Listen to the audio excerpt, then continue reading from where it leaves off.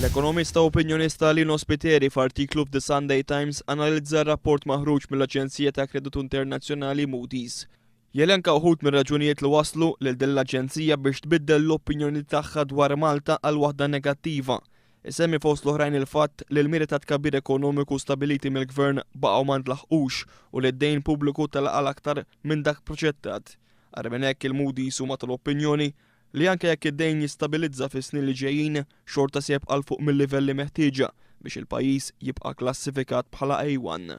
Isemmi wkoll ir-referenza li l-Moody's għamlu għal miżuri ta' darba li ħall-Gvern biex jipprova jtejjeb is-sitwazzjoni bħal maħfriet tat-taxxa. Miżuri bħal dawn jgħid Lino Spiteri ma jistgħux jibqgħu jkunu ripetuti għal dejjem. Jgħid li għalkemm qed tnaqqis fir-rating ta' pajjiżna mhijiex l-aħħar tad-dinja, Malta mhijiex il-ġenna tal-art kif ipinġu għal propagandisti tal-Gvern. Lino Spiteri kritika r-reazzjoni li kellu l-Gvern għal dan ir-rapport, qal li għalkemm is-sitwazzjoni internazzjonali għandha tkun ikkonsidrata mhux minnu li f'Malta kollox sejjer tajjeb kif qed jibqa' jgħid il-Gvern anke wara li ħareġ ir-rapport ta' Moody's.